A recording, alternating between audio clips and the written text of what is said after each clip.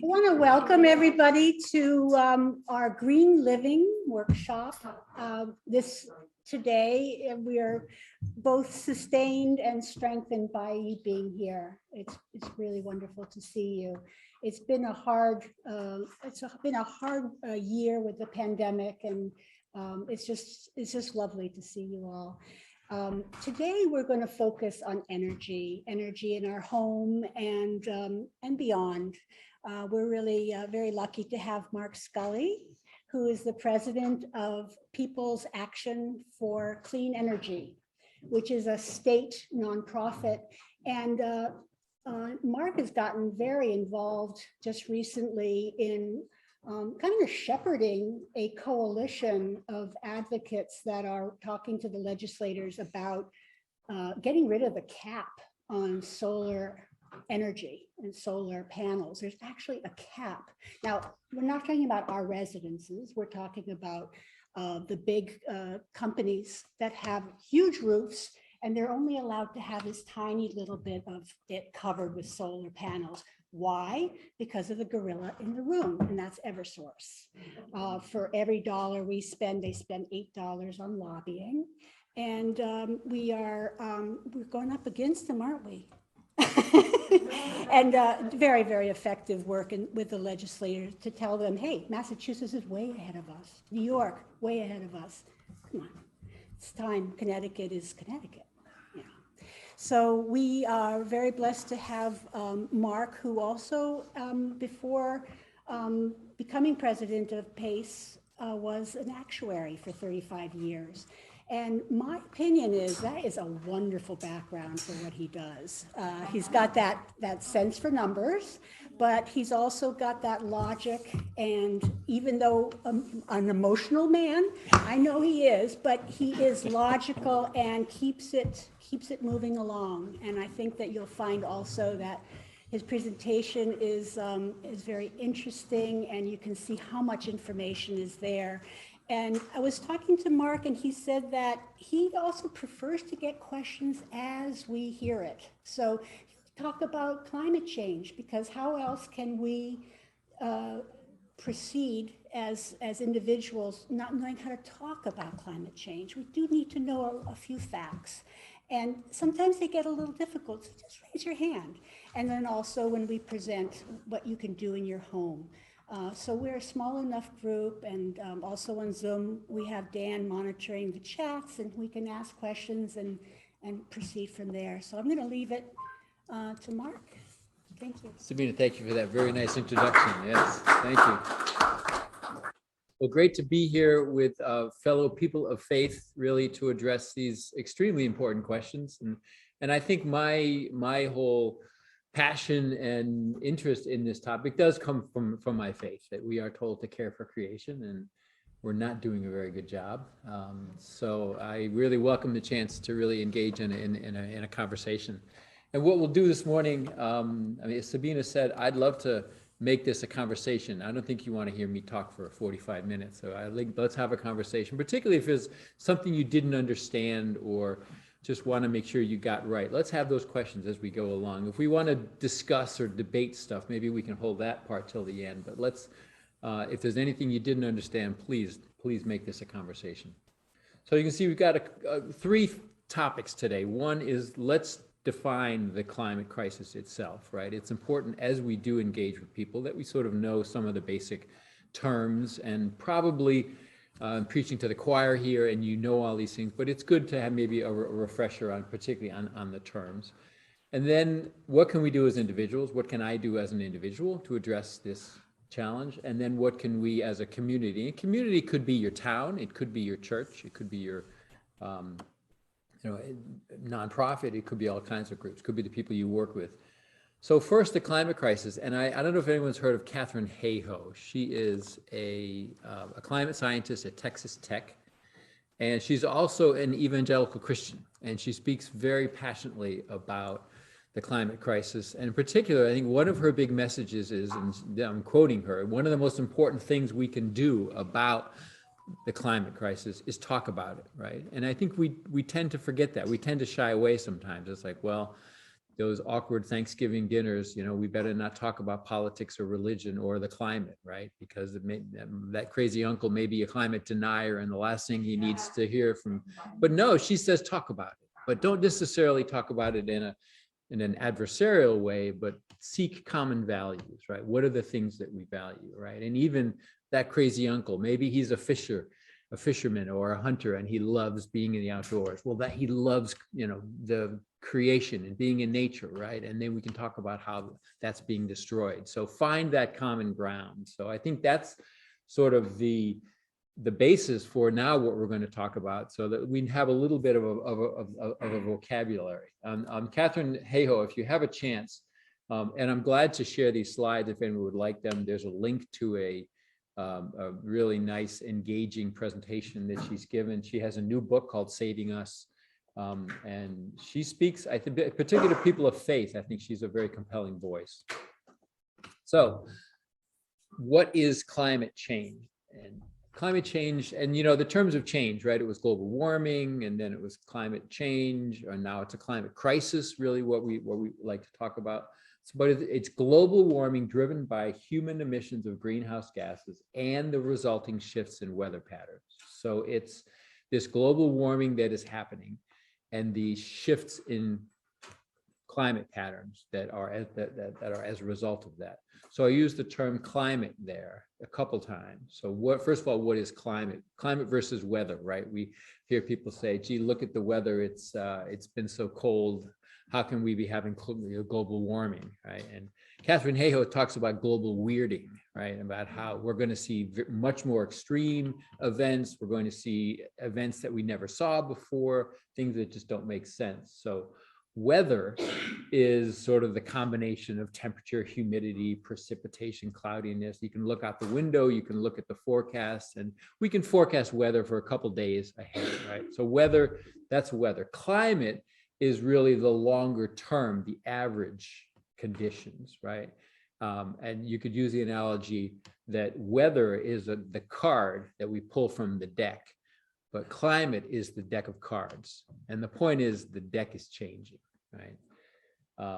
And I think it's also important to understand what global warming versus the natural greenhouse effect is, right? There is this greenhouse effect. If we didn't have the greenhouse effect, we wouldn't be able to live on this planet. It's what basically keeps some of the radiation that comes in from the sun, keeps it in the atmosphere, and leads to a sort of a general comfortable, I forget the temperature, sort of 55 to 60 degrees. If we didn't have that trapping of some of the greenhouse gases, we wouldn't be able to live on this planet, right? So we want that natural greenhouse effect, but the problem is we put so much greenhouse gas emissions into the air that we're trapping too much. So there is a natural greenhouse effect that is a good thing that we need, but we've really distorted that by going too far. And then we talk about anthropogenic global warming, so coming from caused by man, sort of anthropogenic. So those are just some terms. Again, climate. So what is climate change? Climate versus weather, and then the natural greenhouse effect. Please. What produces the natural greenhouse effect? What causes it? I think it's the layer of the atmosphere, and I'm not a climate scientist, but it's all those, the ozone and the different layers that do as the sun sends its emissions in, it bounces off of Earth, and then some of it gets trapped. So it's some layer of ozone and other atmospheric conditions that sort of protect us, a little blanket around the Earth. So the biggest way that we measure the climate change and the effect is this CO2 emissions. And we've got equipment set up at Mauna Loa in Hawaii, really distant from everything else that has been tracking these since, I think, the 1950s. And you can see, we can even go back to ice cores and look at the concentration of CO2 in the atmosphere. And you can see where we are right now is just, it's way out of line with any natural cycles, right? The concentration we measure in parts per million, And we're today, you can see the links here. You can go to the website. We like to track this. And I noticed since the last time I did this presentation, we're up 5 parts per million. It was 413 2 months ago or a couple of months ago where I did a similar presentation. We're at 418.9. And you may have heard of the organization 350.org. And I don't know if you know the origin of that term, 350, or why they call it 350. 350 parts per million is the level at which they said life is sustainable on Earth. So, and that was the organization formed by Bill McKibben. So we're at 418 and climbing significantly. Even through this pandemic, we are climbing. So we're way beyond where we should be. And you can see by all historic measures, also way beyond. So CO2 is the main greenhouse gas that we track. So what are the impacts of climate change? And again, we don't just talk about global warming anymore. It's a panoply of impacts, right? So it's not just one thing. It is the warming of the Earth's air and of the oceans, of course, right? We've seen a 2.2 Fahrenheit increase in 2020 over pre-industrial levels. So the global temperature is increasing. I think we have a slide to that. Sea level rise is one of the impacts, the melting of the Arctic ice, and we can track that fairly closely. Changes in precipitation patterns. With warming of the air can hold more moisture. So we're seeing more intense storms, more water dropped on places. We've seen that. We've seen flooding where they didn't used to be. More droughts and heat waves. So it's confusing, right? It's not just a simple, oh, it's going to be warmer everywhere. No, we're going to have more rainfall in some places. We'll have more droughts. We'll have more heat waves. Some places it'll actually be colder, right? We'll have more precipitation, stronger and more intense hurricanes, increased ocean acidity, lower oxygen levels. Parts of the Earth will become uninhabitable. And these are often areas where a lot of people live right now. And then a big impact that I think is worth talking a little bit about is these feedback loops and tipping points. So there's lots of impacts of climate change, and we could spend college courses talking about the different ones. But some of the one that I mentioned is this 2.2 increase since sort of the pre-industrial area. You know, Bill McKibben talks about the great experiment that in the Industrial Revolution, we decided we would dig up all this carbon, right? We started with coal and oil and natural gas. Now we're digging up all this carbon that has been built over millions of years. And within a period of decades or 100 years, we're putting all that carbon into the atmosphere. It's a great experiment, right? And the Industrial Revolution, look at the advances that we've had, right? In technology and in production and in improvements in our quality of living, right? None of that would have been possible without fossil fuels. But this great experiment about taking all this carbon and putting it in the atmosphere, we're now finding is making life unsustainable. So we're seeing increase in the surface temperatures. Again, looking at a longer period of time, we are way out of. People talk about natural cycles, and there are natural cycles. There have been ice ages, and there have been, the receding of the glaciers. We're seeing that again now. But in terms of an historical perspective, we are way out of line. This experiment is leading to changes in the climate that we've never seen before. And you hear the question sometimes. So one of the I think things that humans have done, I think this is a cause of great hope, is we got together and we said, let's get our best scientists in the whole world. Let's put them together and figure out what's going on here. That's the Intergovernmental Panel on Climate Change. And they don't do independent research. They basically peer review. So they gather all of the research that's been done on climate. So we kind of have our best minds in the world that have been working since, I forget, since the 60s maybe. And if you look at their reports that keep coming out, they had a new one recently, they're increasingly dire, right? And we talk about how much temperature change we can tolerate, right? And we talk about 1.5 degrees Celsius. And you might say, gee, we go outside and it's, what's it today? It's probably in the 30s, maybe going to get into the 40s. 2 degrees warmer, not a big deal, right? But what you see is it has changes that are much more significant than just a 2% change at any given time. Really, we have, when we talk about a climate, we look at this blue curve. It's a normal curve or a bell curve, right? It's a distribution of different temperatures, right? So we've got a very high probability here of this temperature, and then this is sort of conceptual, so we're not talking numbers, but the average temperature here, that's the most common. We have decreasing percentages here, so lower probability of very cold weather or of very hot weather. We said that deck of cards is changing, so the climate's changing, so that whole curve has shifted. So from here to here, it might be just 2 degrees, right? So on average, we're only 2 degrees warmer. But look at this whole space here. These are where we have a much higher percentage of hot weather. So look at here where the word hot is, and we don't know what temperature that is, but it's hot. We used to have that probability of hot days.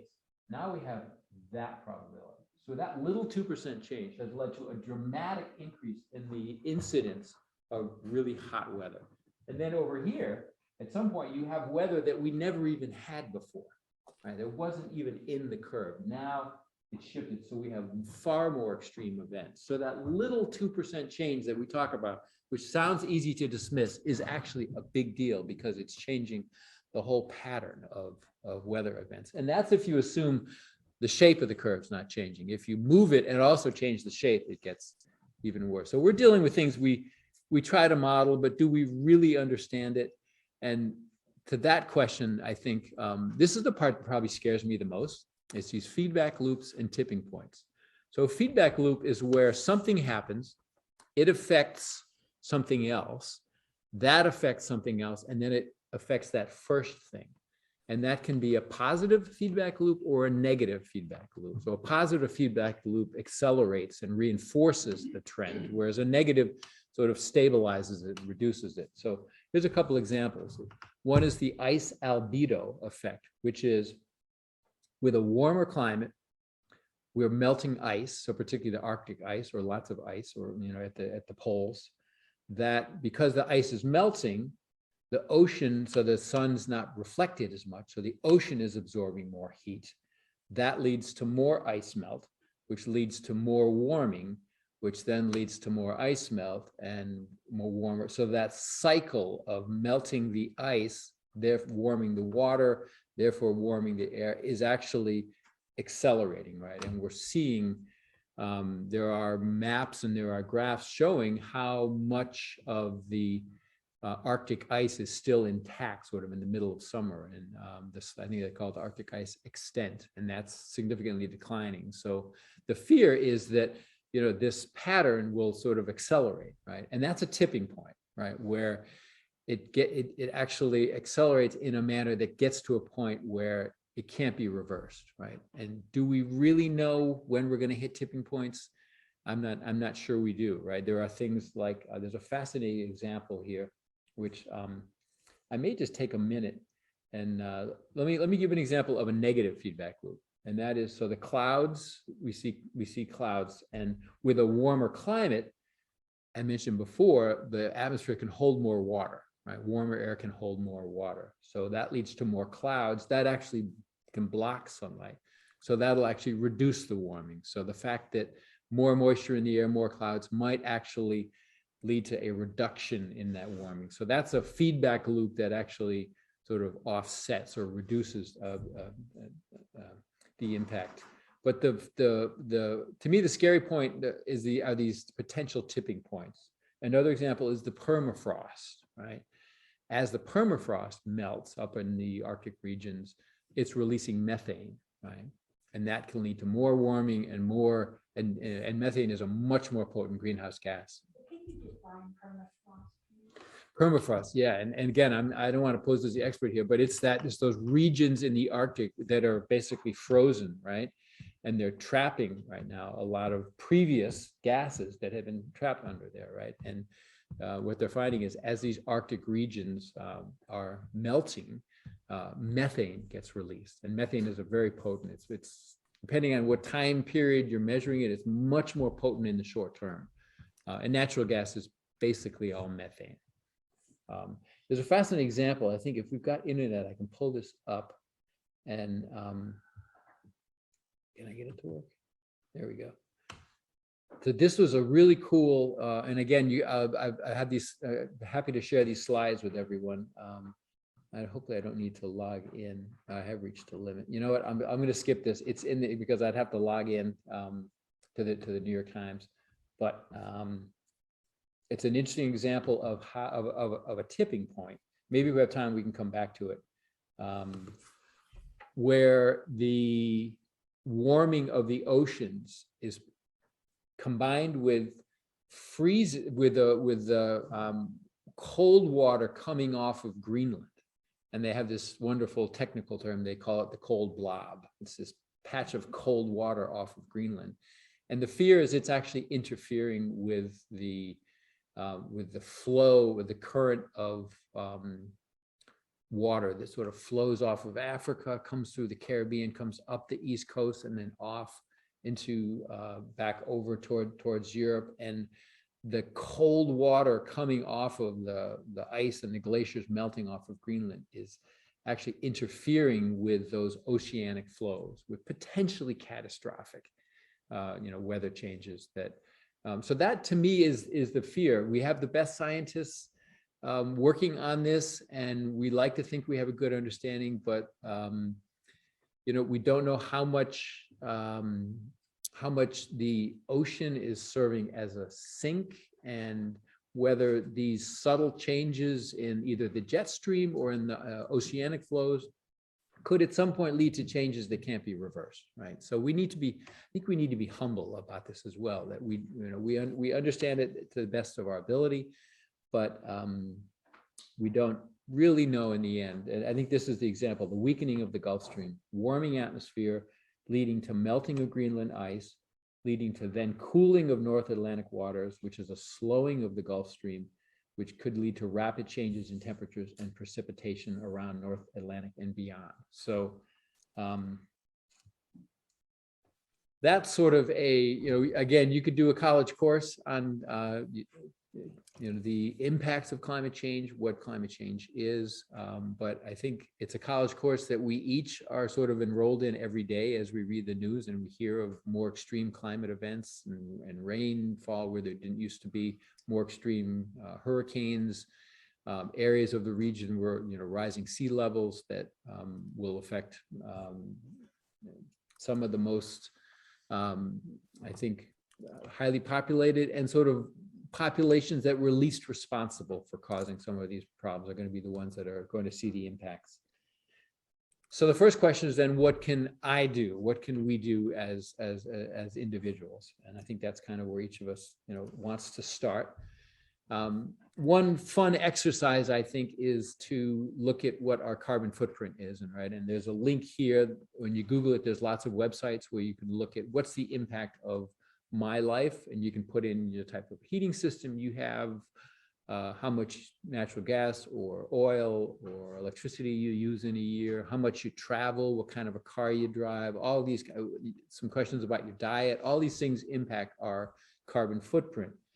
The average carbon footprint of an American is 16 tons of greenhouse gases, of CO2 equivalents. Some of the experts, we're of course, as you can imagine, as consumptive and as extractive as we are in the US, and as wasteful as we are in the US, we have a much higher average carbon footprint than most citizens of the world. I think the experts say we really need to get down to a 2-ton carbon footprint. So that's a huge reduction for us.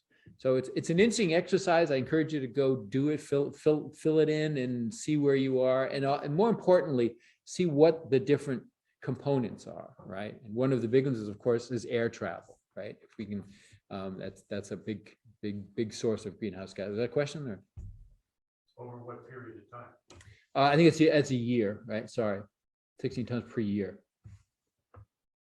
The United States is the highest average, is that what you said? The average for US is 16 tons, right? The highest.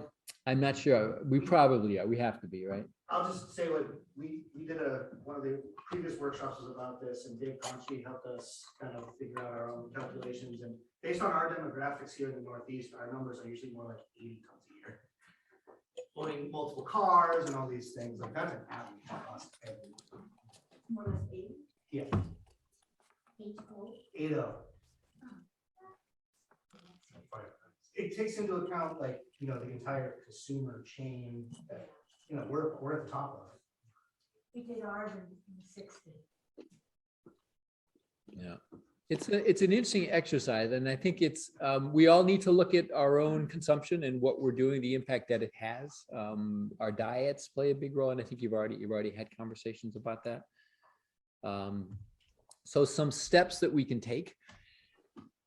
First and foremost on this list, and this is something that I think Sabina's going to talk about, is the efficiency of our homes, right? And this is really low-hanging fruit, right? The best way we can, one of the easiest ways we can reduce our carbon footprint and save some money in the process is getting an energy audit of our homes there. And by the way, this is something you're already paying for. In your electric bill, you get these charges that fund these home energy solutions audits so that Eversource, United Illuminating do. I encourage you to get one done, and we're going to talk a little bit more about what they are. Another step you could take, maybe you could put solar on your roof or in your garage or in your yard. Even if you can't, you can buy electricity from cleaner sources, and there's a way, we'll talk about that a little bit, going to the website and selecting, instead of buying electricity from the standard offering, buy it from one of the companies that actually either directly produces a lot of solar or a lot of wind, or buys it from others. I think we've all talked about replacing our light bulbs with LEDs. It's a no-brainer now because they're actually, the quality is great, the variety is great, they're dimmable, you can get them as chandeliers, and the energy savings are significant, right? You know, formerly a 60-watt light bulb is something like a 4-watt bulb now, right? And whenever we're replacing an appliance, we should look at Energy Star. They truly are more efficient. And there's some decisions that you can go out, some of the things I just talked about, we probably go out and do today. Some of the others, we're probably not going to go do spontaneously today. You're not going to necessarily go throw away your old hot water heater if it's still working. But we can inform ourselves so that when that day comes, when it goes, we're ready and have thought through, well, gee, I could replace that with a heat pump hot water heater, which is far more efficient. Similarly, heat pumps are a way of heating and cooling our homes that we're going to talk about as well. That, again, you're not going to probably go out and throw away your gas furnace if it's working, but it's going to fail sometime. It's probably going to fail in the middle of winter when the pipes are freezing, right? So that's not the time to sort of start thinking, gee, maybe I should consider a heat pump. You really want to kind of think that through now and maybe even put a heat pump in the great room or in a part of the house or in the, you know, in addition that you're building, but be ready so that when you're ready to replace it, you've thought through and know, okay, I know what this technology is, and I believe it's more sustainable, and I'm ready to do it. Similarly, electric vehicles. We're probably not going to all go out today and scrap our cars and buy an electric vehicle, but let's inform ourselves so that as we are going to replace our car, we've thought through, well, yes, I'd like to either maybe get an battery electric or a plug-in hybrid. Can you just say what the heat pumps are? Yes, we're gonna come back to that. We got a whole slide on that. This is sort of the flyover here. Yeah. No, great question. And if I don't answer it, please let me know. Gas stoves. I know we have a gas stove at home, and one of these days I want to get rid of that and go with an induction, an all electric stove. And everybody I talk to who has induction absolutely loves them. They're super quick. They're super responsive. Diet, and I think we've got a check mark here. I think you've already talked about diet, but there are significant differences in the greenhouse gas, in the climate footprint of beef versus a more plant-based diet, to pick the sort of the two extremes. And then, as we said, along the lines of what Catherine Hayo's suggestion, talk about it, right? Let's make, we don't need to be, I think, boastful or I think adversarial, but I think let's engage in a positive manner, sharing the values that we have so that people know, yes, okay, this is mainstream. It's cool, right? To talk about the climate or to care about the climate and want to do something. So home energy solutions audits, we talked about this. So I think are they $50 now? It's bounced around. They were $50 for a while. The price got up to a little bit higher, maybe 75 or 100. They were free for a while. I think it's back to 50, maybe 75. I could be wrong. Either way, it's one of the best bargains you're ever going to find. They'll come to your home. So you basically reach out to Eversource or to United Illuminating. You go to the Energize CT website. We've got a link here. And they'll come to your house or your apartment. They will do some weatherization. They'll do some weather stripping. They'll swap out light bulbs for LEDs. They will do a thing called a blower door test. And actually, I'm getting ahead of myself because we have a much better version of this than listening to me. A video produced by our program manager at PACE, Deb. Is this going to work? This is Deb with There we PACE, go. and I just wanted to share the results of my recent home energy solutions audit that I had. And to tell you the truth, I wish I'd done it a lot earlier. The certified Energized CT techs come out, and for $50 or sometimes even free, they do hundreds of dollars worth of work on your home. So here's what they did. One of the first things they did was a blower door test. The blower door test measures the air tightness of your home. Our house was pretty leaky. They checked the emissions on our old oil burner. They added weather stripping to our doors. They sealed all the nooks and crannies in our house. They even gave us new LED light bulbs. These simple fixes could save me as much as $600 a year. This HES audit is a great idea. So I think you want to talk some more about HES audits afterwards, right? But they are, you're already paying for them. I mean, I think the value of a HES audit has been estimated somewhere around $1,000, right? Between the light bulbs and shower head and weather stripping and changes they make on the spot. They leave you with a book of coupons. And some of the rebates and coupon and discounts that are very significant. The rebates for insulation are very favorable right now. You can get insulation almost for free. And that's one of the best things you can do, particularly in your roof, in your attic space. So, and they'll come and they'll show you how to do that, and they'll leave you with the coupons. And then, and then the last way you're saving, as Deb pointed out, is by doing these things, you're going to reduce your bills going forward. So for this $50 or $75, or it's free if you're income eligible, if you meet certain income requirements. Doing a home energy solutions audit is an absolute no-brainer, and it's a huge value. I'm just curious for a show of hands, does anyone know if their house is built before the 1950s? Everyone, yeah. The houses here in the Northeast, and they look like Swiss cheese. Yeah. And I used to be in this industry, and like you said, the rebates, especially blown-in cellulose insulation. Yeah. I mean, it's like $1.50 off per square foot, and it's not sexy, but it is the meat and potato savings, and people really don't realize how leaky and drafty their houses are until you get the blower door test, and it makes a significant difference. I like the line this morning from the reading that we did. You said it's not sexy, and the line this morning was, "The work of the world is common as mud." It may not be sexy, some of this stuff, but it's really so a home energy solutions audit is really one of the best things each of us can do. Even if you've done one in the past, if it hasn't been 3 years, you can do another. Hi, We saw that. So the other, yes, please. We had ours done a number of years ago, and one of their biggest sources of draft, I guess you call it, was our electric outlets. And we put in they told us to get these little foam things. You just unscrew the face plate and put that little foam thing in and screw the face plate on. It made an amazing difference. Yeah. And I never would have thought that, our electrical outlets were the source of such heat loss.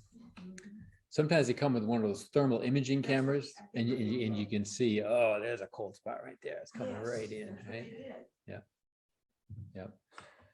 So another thing we can each do is we can go onto the Energize CT website, and instead of buying our electricity, you know, we have a deregulated market in Connecticut. So companies like Eversource or UI don't generate electricity. They really service. They service the wires and poles, and they then purchase electricity, or we can purchase electricity from different suppliers. If you haven't done anything, you're probably buying from Eversource or UI, what they call the standard offering. But you can go into the website and shop around.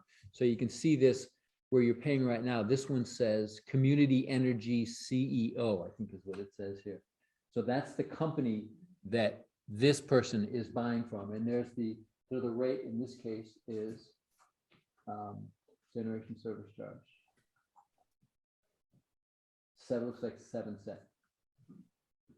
So you can go in and you can select, and you can find some that are 100% renewable energy, some are 75%.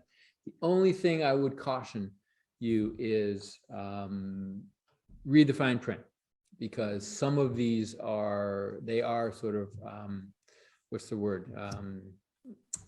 You can have teaser rates, right? Where you're great rate for 6 months, and then if you're not paying attention, it'll increase. So predatory, that was the word I'm looking for. So the Office of Consumer Counsel has often been sort of clamped down on some of these. But if you're careful and just get a longer term, and then keep your eye on your bill, you can actually, for probably not paying any more, or maybe paying a few cents more, get actually clean energy. What that does is you're creating demand for clean energy, right? You're not actually producing it on your roof or anything, but you're saying, I want renewable energy. So there's somebody's got to then produce this. So you're then creating the market for that.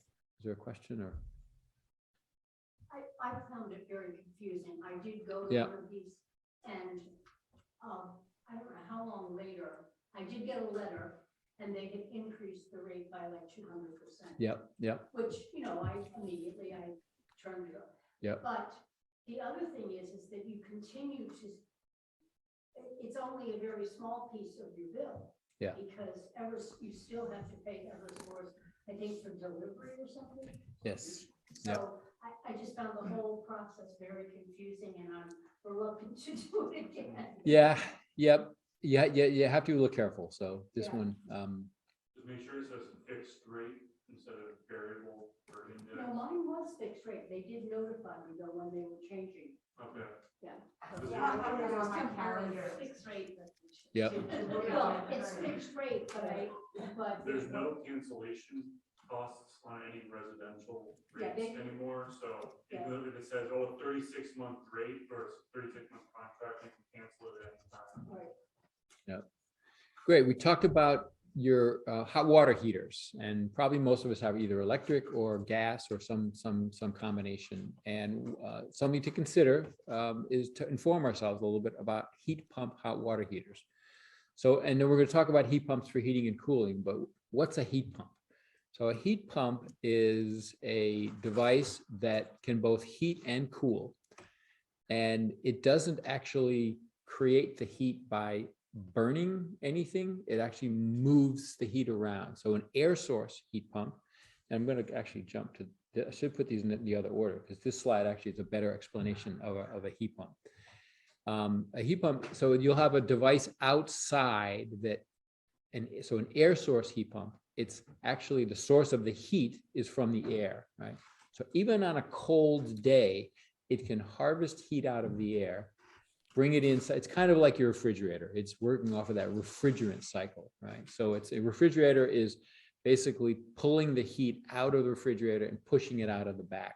So you're doing the same thing. You're pulling the heat out of the air, even on a cold day, and pushing it into the house, bring it into the house. The way it does that is this refrigerant cycle. It's super expanding the gas so it can basically, it gets even colder than the outside air. So you walk up this thing, even on a minus 10-degree day, and the coils are colder than the air. So the heat moves in, and then it brings that heat inside.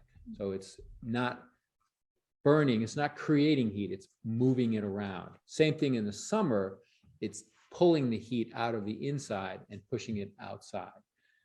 So heat pumps are far more efficient than for the amount of energy that actually gets turned into heat. So they're far more efficient. and they're all electric, right? So you're not burning any gas or oil in your home, right? Now, the electricity is produced from the grid. It comes from the grid, right? And some of that power is generated with gas plants, and there's even some oil plants that are in operation. So it's not 100% carbon free, but if you think over time, the grid's getting cleaner and cleaner. We have a commitment. Governor Lamont has committed in Executive Order 3 to a zero carbon electric grid by 2040. So if you fast forward a little, if we're all using heat pumps and we're driving electric vehicles and the grid's 100% carbon free, then we're really just moving electrons around.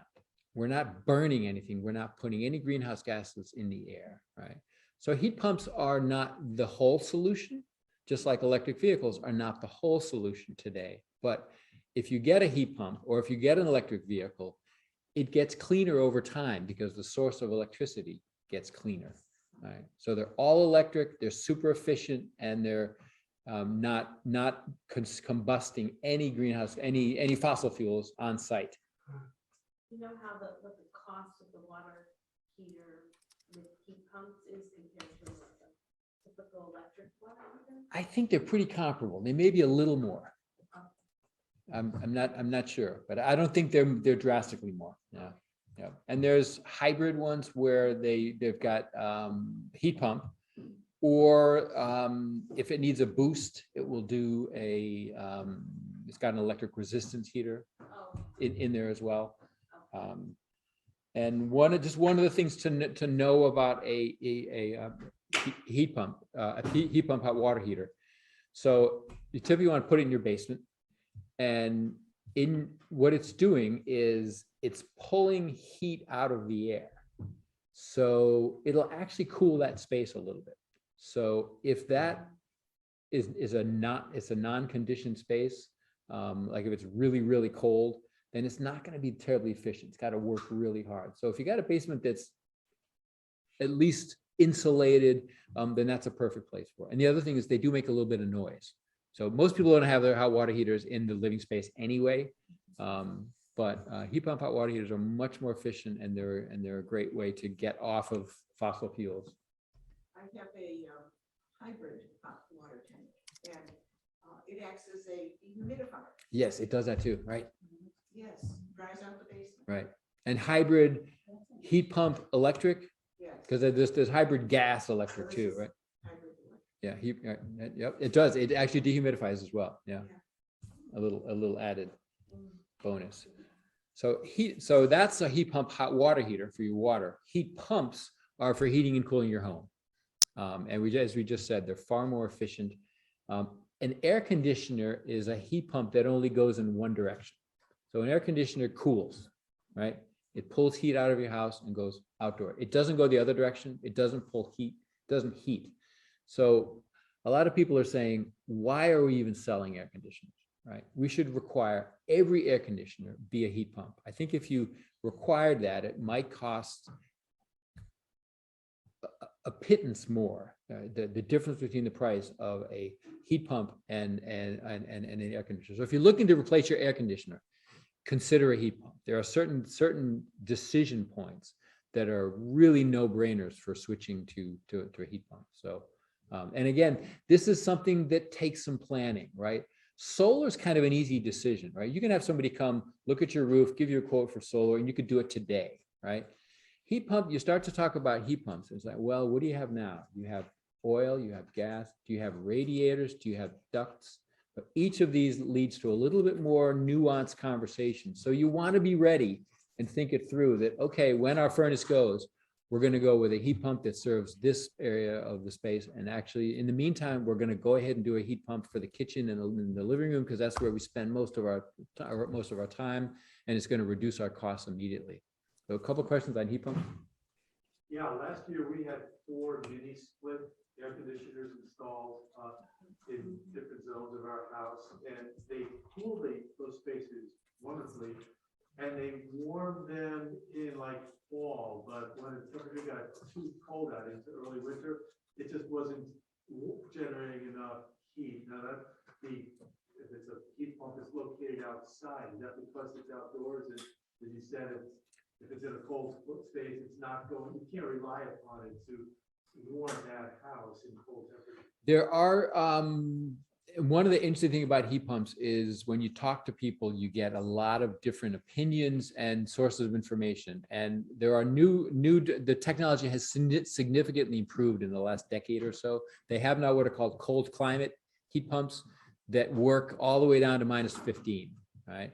They are less efficient as the temperature gets that cold, but they still work. And so one of the things we recommend, and we could talk about heat pumps for a long time, is that you could go ahead and do a heat pump, keep your old system for those few days that we get where it's really, really cold, and keep those as your sort of your backup system. So we don't need to necessarily replace, but supplement. Now, West Hartford is running a campaign right now. This group that I'm involved with, People's Action for Clean Energy, is trying to raise awareness on heat pumps. So in West Hartford, there's a program called Heat Smart going on that if you're interested, I can connect you to. And really what it's trying to do is just select one installer, maybe two installers for heat pumps, get together, do some events, do some outreach, raise people's awareness. Maybe some people are going to want to get quotes for heat pumps right away. Others, or at least now I know what it is, I can start to plan. So there was a campaign that West Hartford did a few years back called Solarize, where there was one installer for solar, and the more people bought, we had events, we had education, and the more people bought solar, it just sort of streamlined that process. Doing the same thing now with heat pumps. It's called Heat Smart. We had a question in the chat about if you were aware of any government or state credits or rebates to install them at the moment. There are incentives. The Energize CT website. If you can't find them all, send me an email. We can connect you with those. There are the rebates in Connecticut are not as good as in some neighboring states. As I see some smiles. Some Rhode Island, Massachusetts has much higher penetration. Maine has incredibly high penetration for heat pumps. Go figure. But there are rebates and hopefully better ones coming. Great. Solar. I think everybody knows about solar, but it's worth exploring. There's a couple tools here we've listed on this site. Google has this cool site called Project Sunroof. You put your address in, it looks at your roof, and it can estimate how much solar you could probably put on your roof, how much you'd save in a year. So it's pretty easy to get an initial estimate of is solar going to work for us. There's different ways of financing solar. You could buy it outright. You could do what they call a power purchase agreement, which is where somebody else owns it, they maintain it, they insure it, you just buy the electricity from them. And typically it's less than what you're paying now, right? Or there's solar leases. And there's some excellent information about the incentive programs at the Green Bank website, and there's a link here. Or if you want to look for an installer, there's a list of qualified installers on this Green Bank website. So solar is, typically with the price of panels has come down as dramatically as it has, it's a great investment. And if you don't have a lot of shade or your roof isn't too old, you can probably do solar and pay for it in probably 7 years. I have a question about that. We have solar, so all of the power that we produce, and it's on the whole south and half of the back of the house. Nice. Because of east and west in summer. But we don't have an energy wall. We don't have a battery. Right. So, we give it to them in essence, along with $100 to borrow or to, have these panels on our roof. And our bill is $7, $8. I mean, it's great. And even with the 100 we're paying for the lease, it's still cheaper. But how do we retrofit? Is it possible to retrofit with battery wall so we get to keep some of our own? Yeah, great question. And there's a new Green Bank program to promote storage, so battery storage in Connecticut. So there are some new incentives. So it's worth looking at that question. we need a lot more battery storage. Right now though, and I'm in the same boat, we've got solar. You're actually, we're kind of getting away with, we get to use the grid as a battery. So right now during the day, when we produce too much, we sell it to the grid. Right. And then at night or in the winter when we're not producing as much, we buy it back. So we kind of currently, at least up till now, haven't had much incentive to get a battery. Places like California, where you have time of day rates, where you could actually sell the electricity to the grid. And if you had a battery, you could produce it during the day, load up your battery, sell it to the grid at a higher rate, right? So there's different sort of, we don't have that incentive so much yet, but still, we're going to see more and more battery storage. And we do have the occasional power Yep. outage. Sometimes 7 days. So- We do, I mean, we mostly are lucky, but my daughter, half a mile away, has got a giant Tesla wall. Yeah. And, she can look at her phone and see how much money she's making and how much she's selling to the grid. Well, and this new incentive program will actually pay you to use your battery, right? So I think that, and I'm not fully up to speed about this new program yet, but I think the economics of batteries are changing now, and they're becoming, it used to be the case that just a gas generator was going to be a much less expensive solution. But I think battery storage is now becoming more competitive, particularly with the incentive now, with the utility now saying, yes, and I'm going to pay you because I'm going to use that battery once in a while. Which is pretty, What does the battery look like? it's this big rectangular thing that hangs on the wall. That's the Tesla power wall, and then Sun and Battery makes some. They're sort of a column, looks like a hot water heater or something, or a, It's maybe 4 inches thick and it just hangs on the wall of your house. Oh, your basement. Usually. or garage. Yeah. Or your garage. Yep. I mean, my daughters, they don't have garage, so theirs is in their basement. Yeah, you can Google Tesla Powerwall, see a picture. So we could talk far more about what we can do as individuals, but I want to talk a little bit about what we can do as a community. Just that mine's an older solar system. Yeah. And it just has a cabinet in the garage that is just got a bunch of what looks like car batteries. Huh? Yeah. Right. That's what it looks like. And then you open the cabinet, there's just like a couple dozen car batteries in there. Yeah, old lead acid batteries, right? Yeah. I'm interested in the electric car, getting a total electric car. Do you have any idea of the cost when you have to charge it in your house? What is the cost? Have they done any studies, or do they have any estimates about what the average monthly cost would be for the amount of miles? There's some great studies out there. I took those slides out because I think this group has already sort of talked a little bit about EVs, electric vehicles, but some of the studies that look at the lifetime cost of a vehicle, right? Electric vehicles tend to cost more upfront, but they're cheaper to operate, both because the electricity, for one, because electric cars are much more efficient, right? More of the power gets to the wheel, right? And so, I drive an electric car, and I figure about 6 or 7 cents a mile is the electric rates. But these studies, when they look at both the lower operating costs in both fuel and also repairs, right? These are much simpler vehicles, right? They don't have mufflers, they don't have transmissions, they don't have belts, they don't have oil.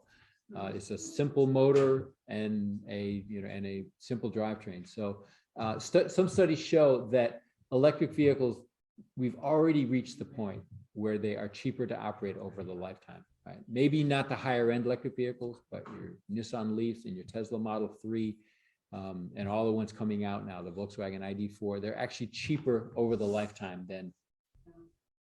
I didn't want to jump into something because I have this little tiny car. Yeah. It gets like 36 miles to the gallon of, gas, and which I can't buy because they stopped making it. They've gone to making great. Right. Yeah. So we can talk a lot about what we can do as individuals, but I think it's important to talk about what we can do as a group, right? Because that can be extremely powerful. And I love this quote from Michael Mann, and it's great that we talk about individual choices, right? We all need to swap out our light bulbs. We all need to look at our diet and look at our footprint. But we can't lose sight of this, what he calls the gorilla in the room, civilization's reliance on fossil fuels for energy and transport overall, which account for roughly 2/3 of global carbon emissions. So we just have to stop burning fossil fuels, right? That's the simple truth that we really can't get away from. And you can ask yourself, why local? Why do we do things? And this is the work of People's Action for Clean Energy. We work with committed groups of individuals, clean energy task forces. There are more than 70 across the state. West Hartford has a very active one.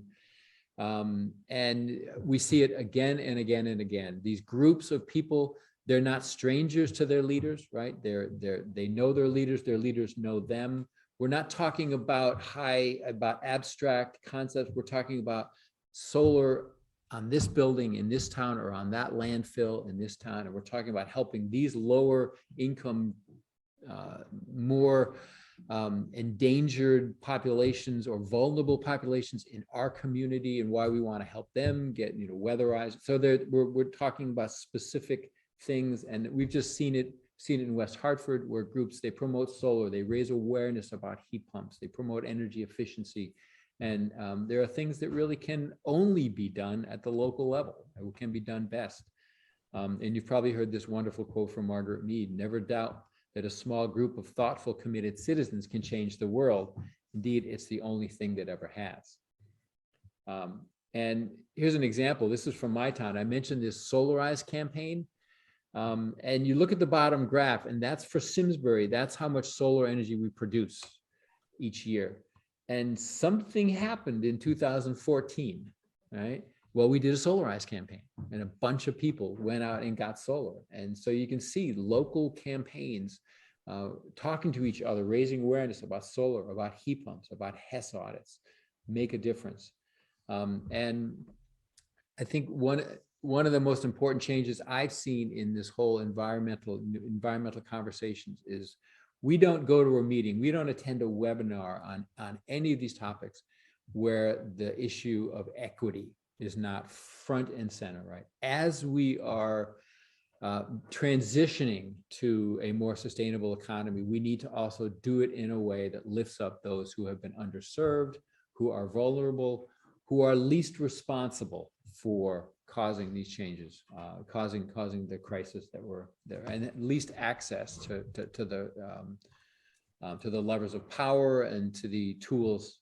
So I think everything that we do, and we see it happening, we see funding now for remediating the asbestos and the lead and the type of things that prevent apartment dwellers, and particularly in low and moderate income places, from properly weatherizing. We see rebates. The Home Energy Solutions audit is free for lower and moderate income. We see these new battery storage programs or electric vehicle charging. The rebates are double if you are low and moderate income. So I think there's a much greater consciousness that it's a great opportunity we have to actually transition now. And in addition to transitioning to clean energy, we can transition to a more just economy as well. So, and we're seeing that happening. Just one to close, I mentioned People's Action for Clean Energy, and our lifeblood is working with groups of people like yourselves or like a clean energy task force. So what we'd love to do is help people sort of get your team organized. We do some basic analysis. As Sabina said, we tend to come at it from an insurance or a numbers approach, right? Quantifying your energy usage. What could that look like in real terms if we took efficiency and electrification seriously? Help you put together an energy plan, right? We've got templates for that. So engage the community, run campaigns like Heat Smart, Solarize, Home Energy Solutions campaigns. So providing tools for groups to do this, whether it's a clean energy task force in a town or a church group. So that's really the work that we do. And I'll close there and pull up Sabina's slides. I have really only 2 minutes worth of a summary, and isn't he amazing? so much, Mark. Each time I hear it, I learn something new. And I think Here. that's what's There we go. great about our community. And I think I want to just segue from what Mark was talking about is that we have in our state of Connecticut, 30% of us have had an energy audit. And the goal of 80% by 2030 is, that's to achieve our climate objectives as a state, is it's coming on us fast. And so what we want to do is just look at how could we get our community here to 80%. And could you get the next slide?